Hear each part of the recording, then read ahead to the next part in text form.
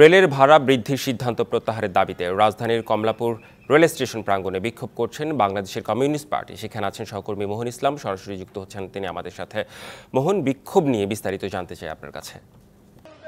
রেদওয়ান, আপনি জানেন যে রেলের যে একটা বিশেষ সুবিধা ছিল, রিয়াতি সুবিধা, সে অনুযায়ী দূরবর্তী যাত্রীরা 10 থেকে 30% পর্যন্ত আপনার একটি ভর্তুকি পেত। সেই রিয়াতি সুবিধা কিন্তু প্রত্যাহার করছে রেল, যা কার্যকর হবে আগামীকাল থেকে, এবং আগামীকাল থেকে রেলের যাত্রীদের কিন্তু ভাড়া বেড়ে যাচ্ছে। এ নিয়ে কিন্তু প্রতিবাদ জানাচ্ছে বিশেষ করে বাংলাদেশের কমিউনিস্ট পার্টি সিপিবি কিন্তু আজকে আন্দোলন করছে, মিছিল করছে। তারা এই রেলের যে ভাড়া বৃদ্ধি করেছে সে নিয়ে আমরা একটু আরো জানবো, কথা বলবো। এই পার্টির নেতা রয়েছে রুহিন হাসান প্রিন্স।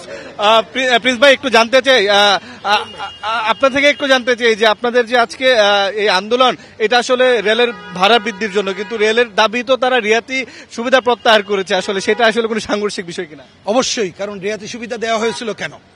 দেওয়া হয়েছিল এই কারণে, প্রথম এটা ন্যায্য মানে ধরুন সহজ কথা, আমি অল্প দূরত্বে একটা পরিবহনে গেলে যত ভাড়া হয়, আমি যত দূরত্বে যাব তুলনামূলক ভাড়া কমে আসবে। তাহলে এই নীতিটাই তো কারেক্ট। সুতরাং এই নীতি প্রত্যাহার মানে হচ্ছে এইটা আর একটা গণবিরোধী অ্যাটিচিউড। সুতরাং এই গণবিরোধী অ্যাটিচিউড করছে এই কারণে, কারণ ভাড়া বাড়ালাম বললে মানুষ যে ক্ষুব্ধ হবে, সুতরাং রেয়াত কমানোর কথা বলছে। সুতরাং এই দৃষ্টিভঙ্গি অন্যায়, অযৌক্তিক, এটা প্রথম কথা।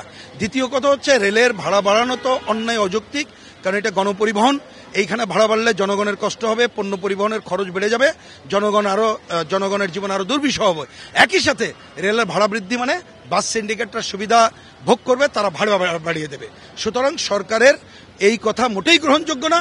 বরঞ্চ 1 সেকেন্ড দেরি না করে আগামীকাল এই যেটা ভাড়া বৃদ্ধির ঘোষণা আমরা আশা করব, এই আজকে কয়েক ঘন্টার মধ্যে তারা ঘোষণা দেবে আমরা ভাড়া বাড়ালাম না। সাথে সাথে রেলে যত এই পর্যন্ত অনিয়ম দুর্নীতি আছে সেটা খুঁজে বের করার জন্য আমরা কমিটি করলাম, আর রেলের যে খরচ হয়েছে তার জন্য আমরা শ্বেতপত্র প্রকাশ করব। এই ঘোষণা যদি দেয় তাহলে আমাদের আন্দোলন থামবে, নাহলে আন্দোলন চলবে। প্রিন্স, যেমনটা শুনছিলেন রেদওয়ান, যে আসলে তারা কয়েকটা দাবি তুলেছে, সেই দাবিগুলা যদি সরকার মেনে নেয় সেক্ষেত্রে তাদের আন্দোলনটা এখানে থামবে, নয়তো আন্দোলন তাদের চলতেই থাকবে। রেদওয়ান, এই ছিল আমার কাছে সর্বশেষ।